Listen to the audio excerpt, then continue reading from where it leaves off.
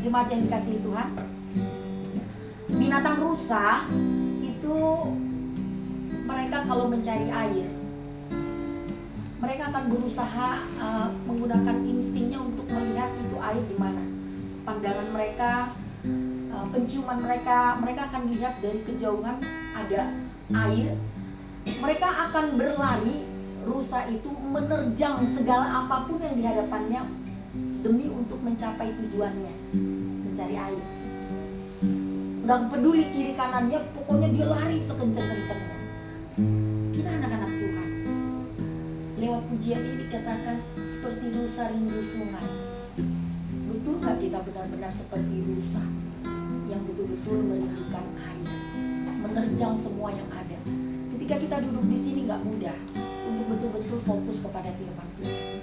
Perlu bantuan Roh Kudus untuk menolong kita. Dan kita sendiri pun ada kerinduan dan keinginan, Tuhan, saya mau fokus karena saya gak mau pulang dari tempat ini tanpa membawa berkat rohani yang dapat memperlengkapi saya di minggu yang baru. Biarlah kita seperti rusa yang merindukan air. Kita merindukan Tuhan berfirman pada kita pagi hari ini lewat apa ini. Seperti rusa rindu. Seperti rusa rindu, sungaimu jiwaku rindu Engkau. Amin. Kaulah Tuhan asra hatiku rindu menyembahmu. Engkau kekuatan dan perisaiku, Yesus. Kepadamu rohku berserah.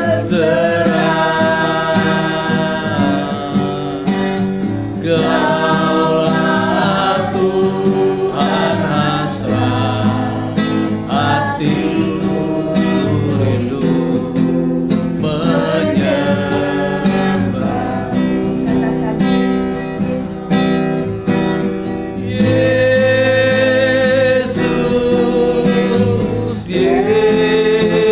Yesus, Kau berarti bagiku. Amin. Yesus, Yesus, Kau segalanya bagiku. Yesus, Yesus. Yesus, Yesus, Kau berarti bagiku.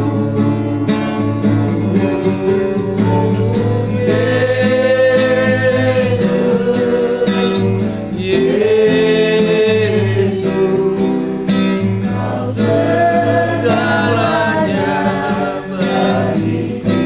Yesus, Yesus,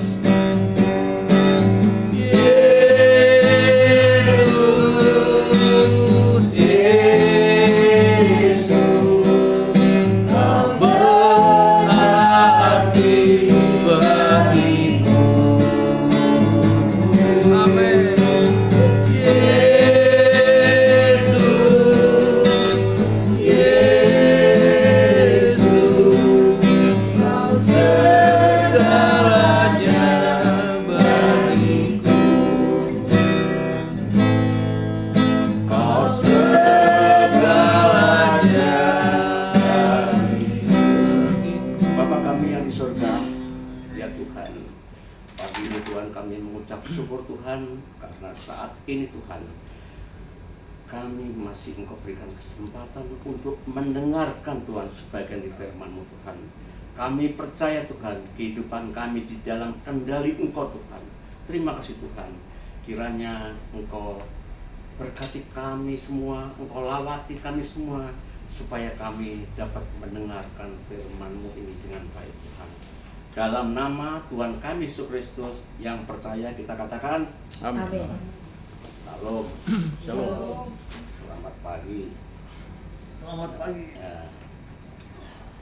Pertama-tama kami ucapkan terima kasih untuk Pak Gembala ya, sudah memberikan tugas saya minggu lalu sebenarnya pertemuan kudus ya, cuma Ibu Gembala ngasihnya Sabtu malam ya Bu ya. Saya posisinya sudah belum di Jakarta, masih di luar kota. Jadi makanya kemarin sama Pak Gembala, Pak kasih WA jadwal saya gitu loh.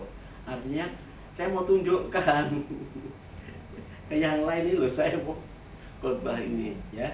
Puji Tuhan. Jadi istri saya nggak bisa hadir karena harus mewakili pelayanan saya yang ada di Kerawang. Udah, kamu di sini, saya di Jakarta. Puji Tuhan ya. Mungkin lain waktu kita bisa bersama-sama kembali ya. Pagi ini saya khotbah dengan tema selamat di tangan Tuhan Yesus. Khotbah saya selalu pengajaran. Karena kalau khotbah mengenai berkat ya, mengenai penyembuhan segala macam ya, itu namanya khotbah praktis. Memang sekarang di mall banyak ya, di Surabaya, di Jakarta mall-mall penuh. Orang datang ke gereja di mall-mall. Tapi apa? Dia semuanya khotbah praktis. Bagaimana supaya bisa sukses segala macam.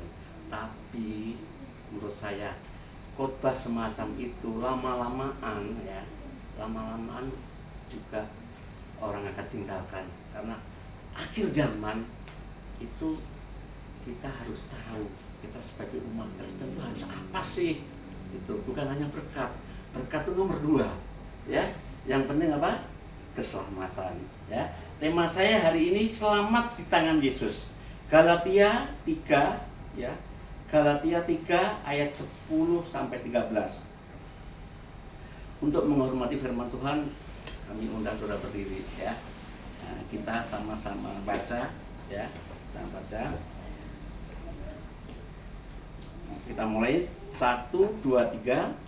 Karena semua orang yang hidup dari pekerjaan hukum Taurat berada di bawah kutuk, sebab ada tertulis, terkutuklah orang yang tidak setia melakukan segala sesuatu yang tertulis dalam kitab hukum Taurat. 11. Dan bahwa tidak ada orang yang dibenarkan di hadapan Allah karena melakukan hukum Taurat adalah jelas, karena orang yang benar akan hidup oleh iman. Tetapi dasar hukum Taurat bukanlah iman, melainkan siapa yang melakukannya akan hidup karenanya. 13. Kristus telah menebus kita dari hukum Taurat dengan jalan menjadi kutuk karena kita, sebab ada tertulis, terkutuklah orang yang digantung pada kayu salib. Terima kasih, silakan duduk. Kenapa saya sebut seperti ini? Supaya nggak ngantuk. Jadi dalam Galatia 3 ayat 10 sampai 13 itu ada 5 kata kutuk. Ya. Kita lebih senang dengar apa? Berkat Tuhan, pertolongan Tuhan, kasih Tuhan, anugerah Tuhan dan sebagainya. Semua yang baik dari Tuhan. Tapi kalau mendengar kutuk dari Tuhan, kita tidak suka mendengar. Karena kutuk dari Tuhan mengerikan. Ya. Saya mau bersaksi. Ya, saya baru tahu kemarin Andoko, Pak anak saya, dia buka semacam di ini Pak, di depan Indomaret itu kan dipakai itu warung gitu Pak, tapi dibikin ada tempat duduknya segala macam itu ya. Saya tanya berapa? Saya beli 12 juta beli. Sekarang bangkrut. Kenapa? Dia punya karyawan 2 bangkrut, sepi, tutup. Nah, dia ngomong, kenapa? Iya, saya baru tahu. Kenapa baru cerita sekarang? Karena tiap hari, waktu dia rame itu, hanya jalan setahun, waktu dia rame, tiap hari ada tanah. Siapa ya tanah itu? tanah kuburan. Nah, ini bisnis. Ya, saya baru tahu. Jadi si Handoko anak saya itu dilaporin karyawan, bos, ini nggak tahu bos, tiap hari kok ada tanah. Ya, oh ternyata tanah kuburan. Ya, tanya. Dan dia ngomong bahwa kemungkinan yang depan seberang jalan itu warung. Jadi warung, katakanlah warung sayur lah. Dan anak saya sering belanja di situ dan ibu itu baik. Ya. Nah, anak saya hanya berdoa aja. Nah, kemarin ngobrol sama saya begini, kamu terlambat. Pada waktu kemarin kamu masalah itu, kenapa nggak ngomong papa mama berdoa? Dan pengalaman saya, barang yang ditaruh di kita harus kita bakar. Loh, nggak bisa tanah dibakar.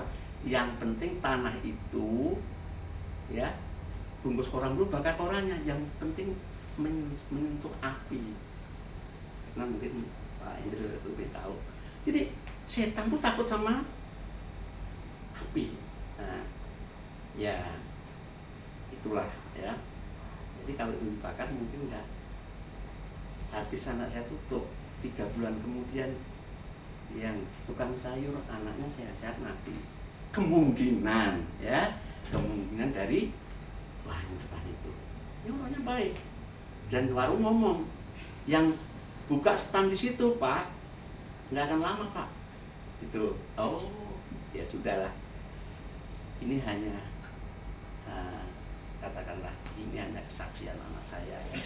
Makanya kita di sekitar harus hati-hati ya, karena kuasa gelap yang bekerja ya. Kesaksian lagi satu, cucu saya kemarin ya, kemarin curhat sama saya sama omahnya. Pak, saya udah diputus pacar saya.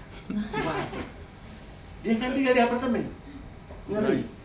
Oh Pak, saya udah gelap mata Pak, saya mau bunuh diri. Waduh, saya bilang, tuh anak kan baru umur 18 tahun itu kan, yang pernah ngobrol sama Melisa itu. Nah, terus akhirnya saya kasih tahu kenapa. Iya Pak, gini, saya udah capek-capek nganterin ke sana kemari. Jadi cucu saya kuliah di UPH, pacarnya kuliah di BSD Prasetya Mulia kedokteran. Jadi dia sering nganter-nganter. Jumi, akhirnya maminya, papinya nanya, ya itu kan saya bilang, papi mami, waktu mau sekolah ke Melbourne, Australia, sudah siap. Enggak Mi, saya nggak mau. Sampai anak saya itu maminya sampai marah-marah, gimana kamu segala macam. Nggak taunya cuma gara-gara cewek ya. Dan akhirnya aduh Mi, saya menyesal. Kenapa? Ya udah percuma ya, kalau bisa tahun depan. Iya Mi, saya menyesal. Saya lihat itu foto bingkai buku-buku dibakarin karena saya ini kuasa gelap. Makanya istilah anak muda apa, kalau cinta ditolak dukun berpindah. Ini kenyataan di dunia nyata begitu ya. Orang bisnis, orang pacaran ya. Saya dengar cerita-cerita di pengadilan juga, teman saya cewek itu Pak, yang kemarin itu Pak, sama Pak, wah Pak saya nggak berani Pak, bapak saya ngomong putus aja karena Pak agamanya sebelah keduanya, aduh dia main dukun terus, ya udah putusin aja ya. Nah ini hanya kesaksian bahwa kita di dalam kehidupan hari-hari ya, kita harus baik sama orang. Dan baik sama orang itu belum tentu baik. Kadang-kadang orang munafik ya, baik tapi sebenarnya dia jahat di hatinya ya. Kita lanjutkan. Ada 5 kata kutuk ya. Jadi Allah bukan hanya memberkati manusia, tapi Allah bisa mengutuk manusia. Jadi kalau orang hanya ke gerejanya nyari berkat, salah. Karena Tuhan juga kasih kutuk ya. Allah bisa mengutuk manusia, kita orang berdosa, dan Allah tidak kompromi dengan dosa ya. dosa sekecil apapun pasti masuk neraka, ya. Kalau kita jadi orang baik 100%, 1% tidak baik, ya, masuk neraka. Karena salah satu, ya, soal 100, salah satu bukan benar 99, tapi salah satu juga salah 100, ya. Nahum 1 ayat 3. Nahum 1 ayat 3. Nahum 1 ayat 3. Nah, supaya kita tahu benar enggak nih Pak Lukas nih ngomongnya Tuhan hanya memberkati dan mengutuk. Baca Nahum 1 ayat 3. Ya. Tuhan itu panjang sabar dan besar kuasa, tetapi Ia tidak sekali-kali membebaskan dari hukuman orang yang bersalah. Ya. Jadi kalau kita berdosa, bersalah, kita dikutuk. Ya. Ia berjalan dalam puting beliung dan badai. Ingatkan ya Pak, 930 Pak ya. Saya makanya kalau sama istri saya suka kadang-kadang terus terang aja ya. Saya malah nggak 100% ini. Kan suka dikasih kode udah. Jadi khotbahnya belum selesai, udah dikasih kode harus selesai. Jadi orang berdosa, orang bersalah pasti dihukum Allah. Maka semua orang seharusnya dikutuk Allah. Bisa nggak saudara berbuat tidak dosa hari-hari? Nggak bisa. Bisa nggak? Nggak bisa. Ya. Sering berbohong. Ya. Contohnya, umpamanya gembala saudara pendeta Dr. Heri. Pamannya ini, ya. Pak Henry di mana? On the way. Bisa aja kemudian Pak Henry baru bangun tidur, baru on the way. Ya. Tapi sebenarnya mungkin Mbak Putri sudah tahu. On the way itu kalau orang Jawa artinya ojo takon wae. Jangan nanya melulu. Ya benar. Itu saya dikasih tahu kesaksian adik saya nih. Ya, karena suaminya kerja di kapal, ya. Punya bengkel kapal di ini Tanjung Priok. Istrinya nunggu, "Pak, sampai mana?" "On the way." Maksudnya ojo takon wae. Ditunggu-tunggu 3 jam baru nyampe rumah. Nah, ini juga apa? Kita berdosa ya. Kita berdosa, ya. Jadi banyaklah kita nggak bisa hari-hari berbuat dosa. Betul nggak Pak Kepala? Apa saja, ya. Kita di gereja ini baik-baik kan? Coba saudara keluar dari ruangan ini, mobil atau motor saudara ada yang nyerempet, marah nggak? Pasti marah. Brengsek tuh orang nih. Wah, macem-macem. Nah, itu kita udah berbuat dosa. Orang yang diberkati, orang berbahagia, kondisinya seringkali hidupnya tidak selamanya enak. Orang yang namanya diberkati nggak selamanya hidupnya enak. Kok begitu sih Pak Lukas? Coba Matius 5 ayat 10. Matius 5 ayat 10 ayat 11 ya. Nah, ini bisa tayangkan, saya akan kejar waktu. Matius 5 ayat 10 saya akan bacakan. Berbahagialah orang yang dianiaya. Dianiaya itu enak nggak? Nggak enak kan? Ya. Merekalah yang mempunyai kerajaan surga. Matius 5 ayat 11. Berbahagialah kamu jika karena aku kamu dicela dan dianiaya dan kepadamu difitnah. Jadi apa? Biar dicela, dianiaya, difitnah, tapi hidupnya berbahagia enggak? Ya, yang enak belum tentu diberkati. Ya. Istilah orang lihat apa? Rumput orang tetangga lebih hijau. Ya. Saya di sampai sana kiri kanan itu mayoritas agama sebelah. Istri saya kan peka, ya, suka dikirim puasa gelap, macem-macem. Ada yang kadang-kadang bau bangkai, ya. Kadang-kadang ada di atas rumah ada suara yang duduk. Nah itu. Tapi karena istri saya sudah biasa, kita tolak dalam nama Tuhan Yesus, hilang, ya. Nah, itu. Jadi yang namanya biar dicela, dianiaya, difitnah, diniska, tapi itu berbahagia. Jadi yang enak belum tentu diberkati. Kutuk itu bukan di mata manusia, tapi di mata Allah. Ya, manusia bisa ngutuk nggak? Nggak bisa. Yang bisa ngutuk Allah. Saya kutuk kamu, 4 keturunan kamu miskin terus. Jangan sembarang ngomong. Di Alkitab kita bukan kita yang ngutuk, ya, tapi Tuhan. Ya, ada ilustrasi, ya. Jadi ada orang yang paling kaya di suatu kampung, ya. Suatu kampung ada orang kaya dan dia paling kaya. Suatu hari dia mimpi didatangi malaikat, ya. Malaikat katakan dalam mimpi, 1 minggu lagi ada orang kaya di kampung ini mati, ya. Akhirnya hari-hari dia nggak tenang, mau keluar rumah, nanti takut dibunuh orang. Makanya dia sewa preman-preman Pak Aryo, preman-preman lah, juga jaga rumahnya supaya aman, nggak mati.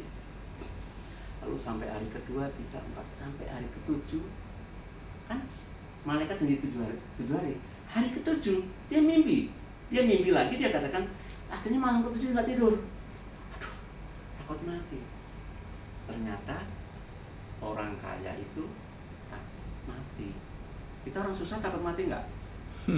Takut mati juga, betul nggak? Ya. Nah. Lalu apa? Pas hari ke-7, ya. Ini karena di kampung, ya. Kentongan, ya. Tong. Oh, ada yang mati. Tapi kok saya hidup? Ya. Kok saya hidup? Nah, ternyata yang dianggap orang kaya itu bukan dia kaya punya materi, tetapi dia kaya karena apa? Yang mati ternyata pengemis yang susah, yang paling murah sudah mati. Artinya jangan, ini ilustrasi gambaran supaya kita kalau saya ini orang kaya, bukan yang dimaksud Tuhan di mata Allah itu bukan kaya jasmani, kaya rohani. Makanya pernah ada di rumah saya kan banyak yang nggak, ibu-ibu kalau saya nggak adanya, kan saya suka di pengadilan, ya, hari ini Senin sampai Kamis, terus Selasa sampai Kamis saya di pengadilan. Ibu suka datang ngomong ke istri saya, Bu Hartanto, namanya Hartanto, Bu Hartanto, ibu mau pensiunan nggak? Kayak pensiunan. Kenapa? Ya ibu bisa tiap minggu jalan, ya. Terus bapak masih aktif di pengadilan, ya. Saya bilang, kata istri saya, puji Tuhan, ya, melihat kita bahagia, makmur, ya. Tapi sebenarnya kita nggak seperti itu, ya, tidak 100% seperti itu.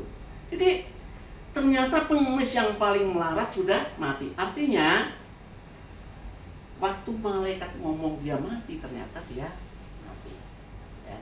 Makanya kita sebagai orang Kristen jangan melihat saya ini kaya. Pandangan Tuhan, kaya kamu bukan kaya di dunia, kaya di surga, ya. Makanya kalau agama sebelah cari pahala dulu, ya, berbuat baik supaya masuk surga, ya. Tapi kita orang Kristen tidak begitu, ya. Nah, pandangan orang kaya menurut Tuhan itu bukan kaya secara fisik, ya. Jangan pikir kalau orang hidupnya senang, hidupnya baik-baik, semua lancar, hidupnya diberkati Tuhan, belum tentu. Karena di mata Tuhan kita adalah orang terkutuk, ya. Ingat saudara Lazarus di Lukas 16 ayat 19 sampai 31, orang kaya itu tiap hari pesta pakai baju ungu lambang orang kaya, ya. Tapi setelah mati Lazarusnya masuk surga. Orang kayanya masuk neraka. Jangan dibalik. Kalau gitu, kalau orang Kristen kaya masuk neraka, bukan, ya. Ini bicara masalah dari kebaikan, ya. Jadi orang kaya itu yang dikutuk, ya. Yang kelihatan kaya tadi dikutuk, ternyata masuk neraka. Lazarus yang dianggap orang miskin, ya, dia masuk surga. Nah, sekarang siapa yang dikutuk? Galatia 3 ayat 10. Karena semua orang yang hidup dari pekerjaan hukum Taurat berada di bawah kutuk, sebab ada tertulis, terkutuklah orang yang tidak setia melakukan segala sesuatu yang tertulis dalam kitab hukum Taurat. Yang tertulis dalam kitab hukum Taurat itu apa sih maksudnya, Pak Pendeta? Maksudnya firman Tuhan. Jadi kalau kita baca-baca di situ yang tertulis dalam kitab Taurat, loh, yang tertulis dalam kitab hukum Taurat kan hukum Taurat bukan punya kita. Itu maksudnya di dalam Galatia itu maksudnya firman Tuhan, ya. Jadi apa? Tidak melakukan terkutuk, betul nggak? Nah, membalas dengan yang jahat. Kalau kita dijahatin orang, kita membalas dengan baik jarang ya. Ya, kita dijahatin orang, kita berusaha itu terkutuk. Berapa banyak yang kita langgar tiap hari, ya, menjadikan kita orang terkutuk. Tuhan maunya ke kiri, tapi kita maunya ke kanan, itu terkutuk. Tuhan bilang jangan jahat, dibalas dengan jahat, tapi kamu balas jahat, terkutuk. Jadi orang tidak melakukan firman Tuhan tadi di Galatia 3:10 tadi terkutuk, ya. Berapa banyak perintah Tuhan yang kita lakukannya? Susah sekali kita melakukan dengan benar, ya. Yang kedua, melakukan tapi tidak terus-menerus. Malaikat 3 ayat 10, Galatia 3 ayat 10b, ya. Saya potong. Galatia 3 ayat 10b, sebab ada tertulis, terkutuklah orang yang tidak setia. Kalau enggak setia itu artinya tidak terus-menerus. Hari ini benar, besok enggak benar, itu berarti tidak setia. Jadi biarpun kita melakukan tapi tidak terus-menerus, terkutuk, ya. Baca Alkitab, ya, enggak tiap hari, kadang-kadang bolong kan, terkutuk, betul nggak? Berdoa, karena buru-buru kerja, pagi lupa juga doa, terkutuk, ya. Ya, kenapa? Tidak terus berdoa, terkutuk, ya. Tidak sabar, terkutuk, ya. Pas lihat pendeta hari ini, nah, kadang-kadang marah ya Pak ya, sabar. Kalau saya udah tua gini Pak, banyak sabarnya Pak. Kenapa? Janganlah, nanti saya berdosa, ini terkutuk. Nah, makanya Pak, Bapak Ibu, supaya nggak berantem dengan istri, ya. Saya kan berdua cuma tinggal istri, yang lain kan anak cucu udah pada pergi di kota lain tuh, ya. Saya bilang, saya kalau istri saya ngomong, ya, jangan langsung dibalas Pak, dengerin dulu. Nah, sudah dengar, wes rom, udah belum? Kamu nggak jawab, ya nanti gantian. Nah, sekarang begini jawabnya, berantem nggak? Nggak berantem. Yang bikin berantem tuh kita ngomong bareng, betul nggak?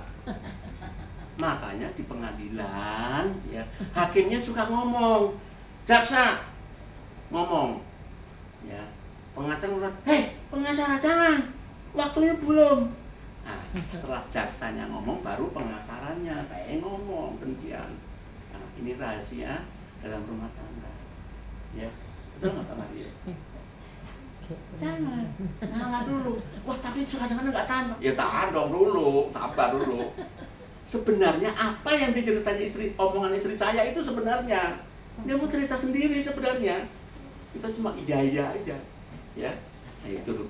Makanya sampai sekarang, puji Tuhan, sudah 66 tahun ya, sudah 65, 47 tahun, puji Tuhan saya masih berdua. Ya. Tapi saya bilang gini istri saya, kamu harus siap-siap loh. Saya bilang, kalau saya mati, loh, kok? Ya pasti mati kan saya. Iya. Ingat, kamu harus bisa pasang listrik sendiri tuh, ngisi token sendiri. Iya kan? Benar-benar nggak diingat tuh, kan? Ya. Pasang gas, gampang tuh. Kalau saya nggak ada nungguin, lu kan harus bisa kan? Ya kan? Kita bepergian kemana-mana.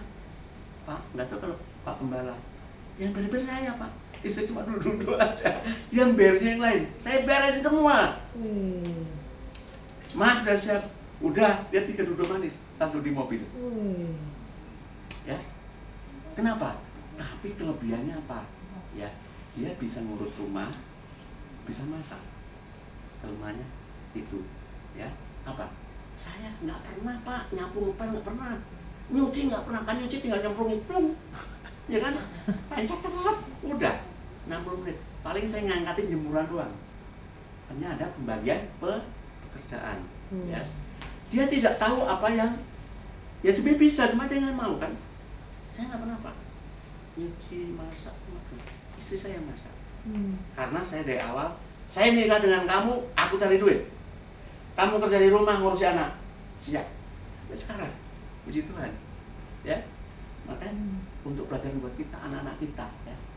Saya bilang, kamu kalau di rumah nggak bener-bener nih, ngasih tahu anak yang perempuan nih, suamimu tinggal, akan tinggal. Karena ya semua kamu seperti perempuan yang lain. Nah, itu contoh ya. Sekarang melakukan tidak semua juga terkutuk. Yakobus 2:10. Yakobus 2:10 ya. Kalau istri saya nggak bisa bebas begini, Pak. Ya, Yakobus 2:10 ya. Sebab barang siapa menuruti seluruh hukum itu tetapi apa? Mengabaikan satu bagian daripadanya, ia bersalah terhadap seluruhnya. Contoh, hukum Tuhan 100 langgar 1, salahnya 100 ya.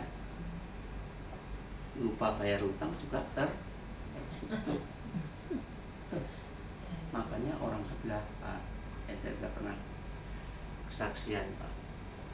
Suaminya meninggal, Pak, waktu saya dinas, Pak, ya. Terus nanya ke saya, ke rumah, Pak Arisanto, suami saya punya utang nggak? Ada, Bu. Berapa, Pak? Saya bilang, sudah, Bu, saya ikhlaskan. Betul, Pak, sampai jam utang saya ikhlaskan. Berapa jumlahnya?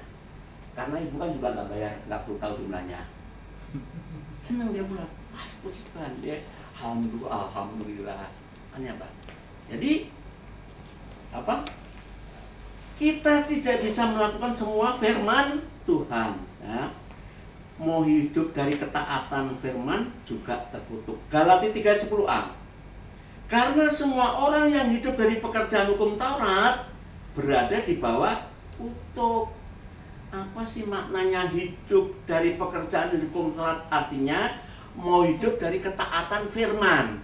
Jadi ini kan kita ada kitab nih, kita harus taat nih supaya kita bisa selamat. Itu juga terkutuk, ya, terkutuk. Hidup dari pekerjaan hukum Taurat artinya orang maunya selamat dari ketaatannya justru kena kutuk. Jadi kalau kita mau selamat, jangan kita harus taat sama Tuhan. Nah, bro, rajin-rajin ke gereja deh supaya masuk surga. Masuk surga enggak? Enggak masuk surga. Karena masuk surga bukan ketaatan kita dalam firman Tuhan, tetapi karena apa? Karena iman. Ya. Itu.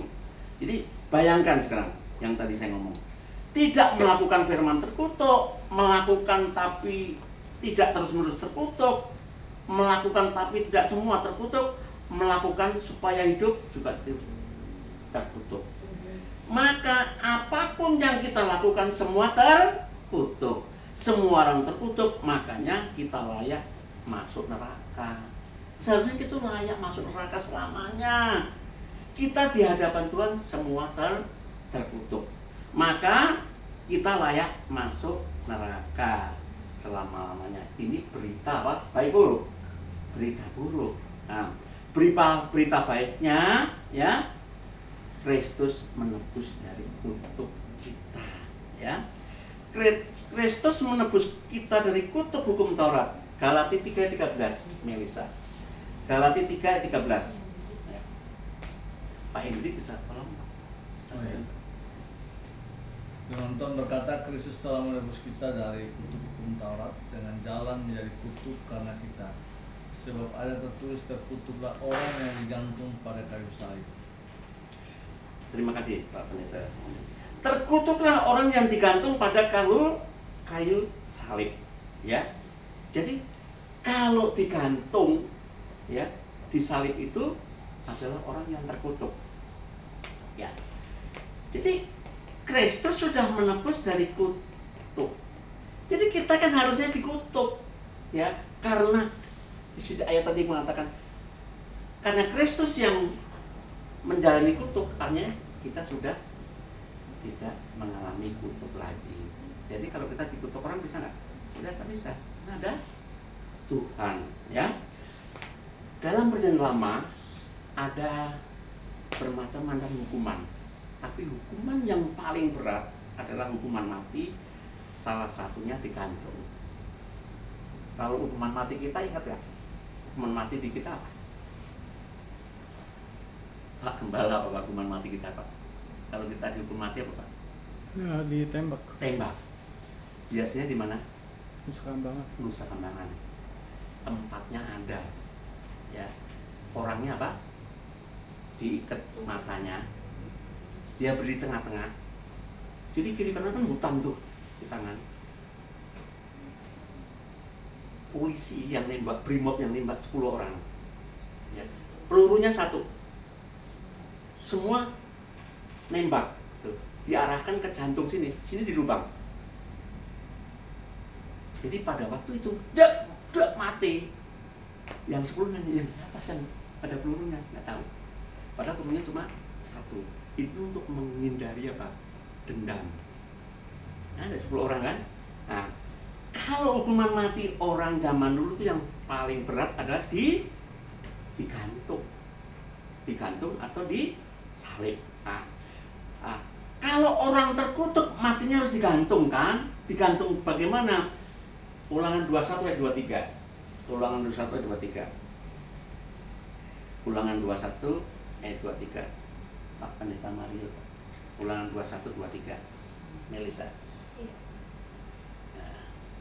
Nah, Ulangan 21 ayat 23.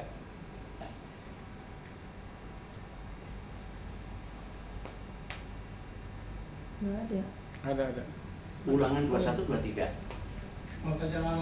Maka janganlah mayatnya dibiarkan semalaman pada tiang itu, tetapi haruslah engkau menguburkan dia pada hari itu juga. Sebab seorang yang digantung terkutuk oleh Allah. Janganlah engkau menajiskan tanah yang diberikan Tuhan Allahmu kepadamu menjadi milik pusatmu. Makasih Pak Pendeta Maria. Sebab seorang yang digantung terkutuk oleh Allah. Jadi Yesus itu digantung, ya, itu karena terkutuk, ya, terkutuk. Sebab seorang yang digantung itu dikutuk Allah. Artinya apa? Kepalanya tidak sampai langit, kakinya tidak menginjak bumi. Langit dan bumi gak mau menolak, makanya terkutuk.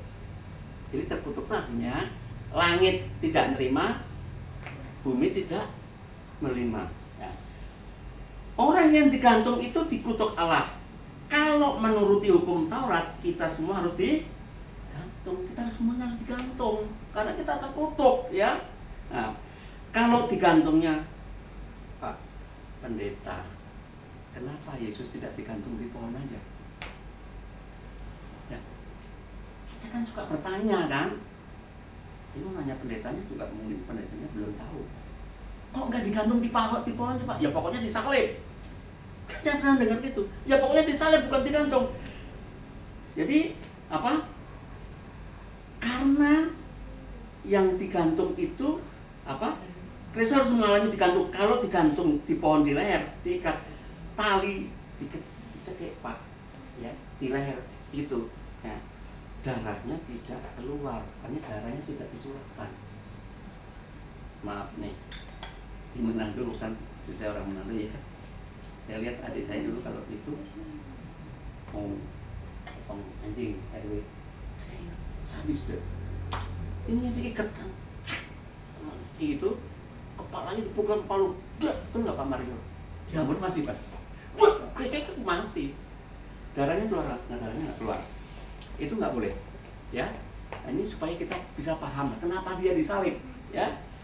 Digantung, darahnya tidak keluar dan darahnya tidak curahkan, ya. Ibrani 9 ayat 22. Ibrani 9 ayat 22. Nah, ini pelajaran supaya kita ngerti kok. Ibrani 9 ayat 22. Ya. Ibrani 9 ayat 22. Ya. Elisa. Iya. Nah, Ibrani 9 ayat 22. Saya juga sekalian cek benar nggak yang saya tulis. Ibrani 9 ayat 22. Nah. Ibrani 9 ayat 22. Ya. Ya. Dan hampir segala sesuatu disucikan menurut hukum Taurat dengan darahnya, dan tanpa penumpahan darah tidak ada pengampunan.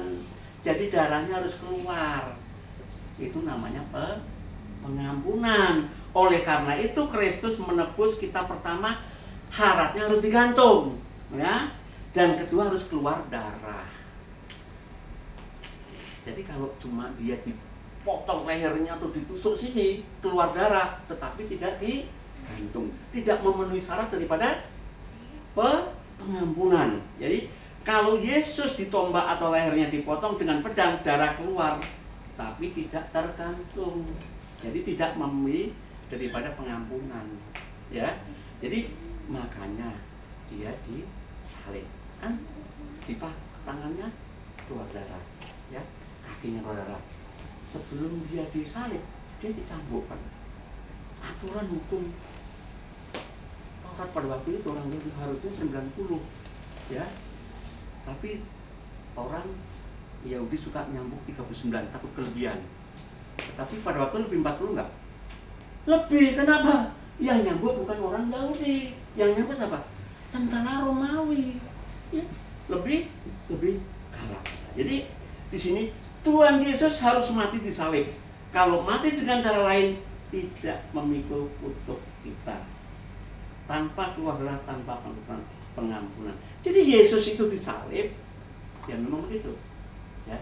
Kalau dia tidak disalib, ya, artinya dia tidak mengeluarkan darah, ya, itu syarat pengampunan. Jadi dia harus mati dengan cara digantung dan disalib. Kristus sudah menggantikan kutuk kita, maka jadi orang terkutuk. Sejak Kristus menebus kita, ya, kita sudah bukan orang terkutuk. Jadi keselamatan kita tidak lagi tergantung kepada ketaatan kita, tapi kepada iman. Makanya cukup sepele, kita harus percaya.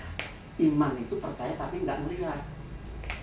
Saya pernah di kereta ketemu teman saya wartawan Berita 7, ya. Dia orangnya berani, orang Padang. Berani. Pak Lokas, saya nggak berani, saya nggak takut mati, hebat.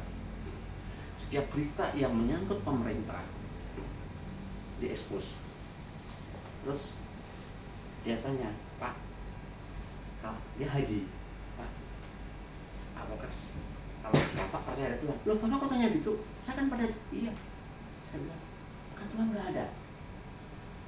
Inilah, Bapak pernah melihat listrik nggak? Pernah Pak, lampu ini akibat listrik, betul nggak? Listrik itu kalau sound system bunyi karena akibat listriknya Bapak lihat nggak, Bapak Ibu? Nggak ngelihat secara mata, tapi coba Pak, kabelnya dikupas, pegang, betul nggak? Mati. Tuhan itu seperti itu, ya. Jangan melihat Tuhan nggak ada. Coba contoh ilustrasi gampang. Saudara suka menikmati angin, ya, di rumah suka ada angin gitu. Lihat nggak anginnya? Enggak, dan merasakan kan? Itulah. Jadi kalau ada orang nanya, Allah ada nggak? Kasih contoh itu aja, ya. Jadi Galatia 3:9. Galatia 3 ayat 9. Saya kebutannya. Galatia 3 ayat 9. Jadi mereka yang hidup dari iman, merekalah yang diberkati bersama-sama dengan Abraham yang beriman. Hidup dari iman artinya kita mau selamat harus beriman. Ya, terakhir. Keselamatan atau pembenaran karena iman. Galati 3 ayat 11b. Galati 3 ayat 11b ya. Nanti lompat-lompat. Orang yang benar akan hidup oleh iman. Ayat 14. Ayat 14. Yesus Kristus telah membuat ini menjadi kutub. Ya. Supaya di dalam Dia, di dalam Tuhan, Dia berkat Abraham sampai kepada bangsa-bangsa lain, sehingga oleh iman kita menerima roh yang dijanjikan itu. Ayat 24. Ayat 24. Ya. Ayat 24. Jadi hukum Taurat adalah penuntun bagi kita sampai Kristus datang, supaya kita dibenarkan karena iman. Ayat 26 yang terakhir. Nah, Galati 3 ayat 26. Ya. Mari kita sama-sama baca. Sebab kamu semua adalah anak-anak Allah karena iman di dalam Yesus Kristus. Puji Tuhan. Jadi kita sebagai anak Allah karena iman. Mundur ke pasal 2 ayat 16. Pasal 2 ayat 16, mundur. Pasal 2 ayat 16, saya baca. Kamu tahu bahwa tidak seorang pun yang dibenarkan oleh karena melakukan hukum Taurat, tetapi hanya oleh karena iman dalam Kristus Yesus. Sebab itu kami pun telah percaya kepada Kristus Yesus supaya kami dibenarkan oleh karena iman dalam Kristus dan bukan karena melakukan hukum Taurat. Sebab tidak ada seorang pun yang dibenarkan, ya. Sebab tidak ada seorang pun yang dibenarkan oleh karena melakukan hukum Taurat. Melakukan hukum Taurat itu firman Tuhan. Tidak seorang pun yang taat baca firman Tuhan itu supaya kita selamat. Sebelum Kristus menebus kita, ya, justru kita melakukan sesuatu supaya selamat itu jadi tidak selamat. Kita berbuat sesuatu supaya selamat malah tidak selamat, ya. Dan setelah Kristus menebus kita, maka kita ditebus dan diselamatkan hanya karena iman. Istilah latinnya sola fide. Istilah semboyan Protestan, semboyan Kristen. Jadi kita diselamatkan bukan karena perbuatan baik kita. Diselamatkan bukan karena perbuatan baik kita. Bukan karena amal saleh kita. Bukan karena ketaatan kepada firman. Bukan ketaatan hukum Taurat. Melainkan hanya karena iman saja. Nah, ada pertanyaan, ya. Ini kalau gitu Pak Pendeta enak dong. Asal kita beriman, kita nggak usah berbuat baik. Salah, ya. Ini tidak berarti orang Kristen tidak berbuat baik, tetapi perbuatan baiknya di belakang. Setelah kita percaya sama Tuhan, selamat kan? Baru kita berbuat baik. Ya. Ketika kita beriman, Roh Kudus diberikan kepada kita, lalu muncul perbuatan baik. Ya. Jadi maka perbuatan baik itu bukan penyebab keselamatan, tapi akibat dari keselamatan. Ya. Jadi keselamatan kita didapatkan dari iman kepada Kristus. Iman melahirkan perbuatan. Jadi kalau kita ngaku beriman, ngaku percaya Yesus, ya, perbuatan kita harus baik. Ya. Jadi saya percaya Yesus nih, saya selamat. Tapi perbuatan kita masih jahat. Itu berdosa, ya. Yakobus 2 ayat 17. Yakobus 2 ayat 17, saya baca. Demikian juga halnya dengan iman. Jika iman itu tidak disertai perbuatan, maka itu iman pada hakikatnya adalah mati. Makanya di dalam Yakobus mengatakan, kalau kita nggak ada iman, ya, kita tidak ada iman, ya. Terus kita sudah beriman, tapi tidak sesuai perbuatan. Artinya setelah kita beriman, kita harus apa? Kita harus berbuat baik, ya. Saudara masih ingat Sakeus, ya? Sakeus itu adalah pemungut cukai ya. Dia dibenci masyarakat. Kenapa? Ambil uang rakyat.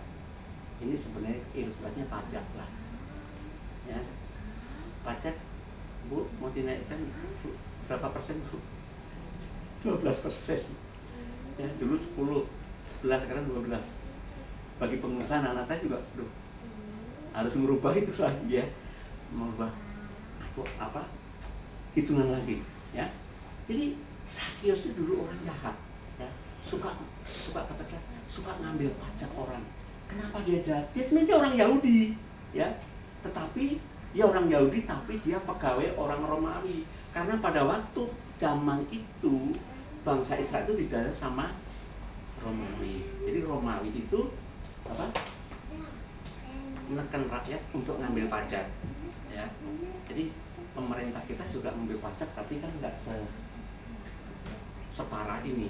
Makanya setelah dia percaya sama Tuhan, dia katakan bahwa di Lukas 19 ayat 8, ini Lisa, Lukas 19, setelah dia percaya Tuhan berubah kan? Ya, setelah percaya Tuhan. Tetapi Sakius berdiri dan berkata kepada Tuhan, Tuhan, setengah dari milikku kuberikan kepada orang miskin. Lalu kalau ada sekiranya yang kuperas, akan kubalikan 4 kali. Sakius setelah percaya Yesus ada perubahan hidup. Makanya kita sebagai orang beriman yang percaya Tuhan, kita harus ada perubahan hidup ya. Sakius setelah percaya Yesus tidak lupa bayar hutang. Ya kan? Yang miskin dia kan. Tadi berapa kali? 2. Setengah dari hartanya dikasih ya kalau miskin ya. Setengah dari milikku akan kuberikan pada orang miskin. Kalau dia pernah meras 4 kali lipat ya. Tetapi banyak orang punya hutang setelah percaya Yesus mengatakan ya, aku melupakan di belakangku ya, dan mengarahkan diri apa yang di hadapku ya. Saya pernah baca di status Facebook orang, dia katakan apa? Hutang itu bukan mantan yang harus dilupakan ya, tapi hutang itu harus dibayar ya. Kita introspeksi diri lah, kita begitu enggak sih ya? Kadang-kadang kita punya hutang kita lupa ya. Saya, Pak Iri, saya punya hutang apa? Harus bayar. Pak Iri, Pak Mar, punya hutang harus bayar. Jadi jangan coba-coba berbuat baik supaya selamat tanpa terima Yesus. Jangan coba-coba berbuat baik untuk selamat tanpa terima Yesus, karena saudara akan tetap terkutuk. Beriman kepada Yesus, terima Dia sebagai juru selamat dan Tuhan terlebih dahulu, maka saudara akan diselamatkan. Dan setelah itu rajinlah berbuat baik. Jadi setelah kita selamat, berbuat baik. Jadi kalau agama kita, keyakinan kita di Alkitab, kita beriman dulu baru berbuat baik. Kalau agama yang lain, berbuat baik untuk selamat ya, beda ya. Jadi kalau kita sungguh-sungguh menerima Kristus dalam hati kita, yang terjadi Yesus bilang di Matius, kalau kita sungguh-sungguh menerima Kristus dalam hati kita, yang terjadi Yesus bilang di Matius 25:34. Matius 25:34. Matius 25:34. Jadi Yesus katakan kalau sungguh-sungguh menerima Kristus, maka Matius 25:34 ya, dan raja itu akan berkata kepada mereka yang di sebelah kanannya, hei kamu yang diberkati oleh Bapakku ya. Maka statusnya berubah dari terkutuk jadi apa? Diberkati. Jadi kalau saudara pada hari ini belum sungguh-sungguh beriman kepada Kristus, maka saudara masih orang terkutuk ya.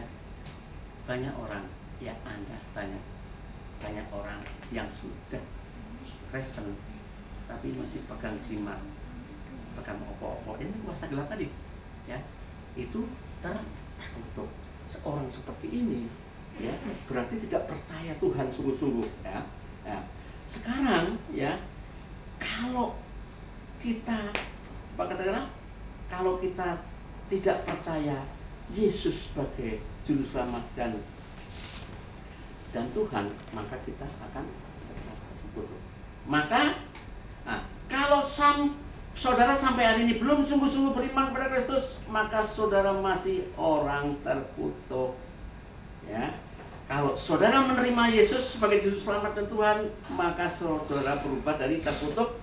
Jadi kalau kita sudah percaya Yesus, berubah nih status kita dari yang terkutuk menjadi diberkati. Makanya ada lagu apa? Ku berbahagia, yakin teguh. Pak, silakan Pak, bisa lagu. Oke, bisa coba lagi untuk penutup. Ku berbahagia, yakin teguh.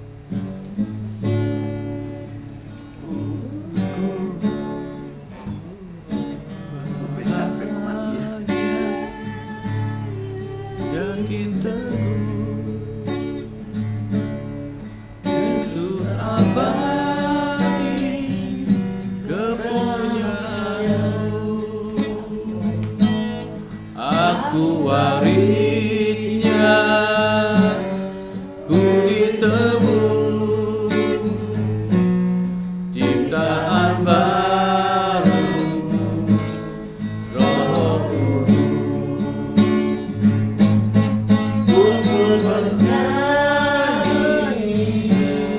bahagia memuji Yesus selamanya. Aku bernyanyi bahagia memuji Yesus selamanya. Memuji Yesus selamanya. Memuji Yesus selamanya. Bapa kami di surga, ya Tuhan, kami sudah mendengar sebagian dari pengajaran Engkau Tuhan. Kiranya Tuhan, kami selalu akan tetap beriman pada Engkau Tuhan, karena Engkau mengajarkan Tuhan, bila kami tidak beriman pada Engkau Tuhan, kami akan tetap sebagai manusia terkutuk. Terima kasih Tuhan, firman-Mu, kiranya firman itu Tuhan melekat dan menetap di dalam kami semua. Dalam nama Tuhan kami Yesus Kristus yang percaya kita katakan Amin. amin.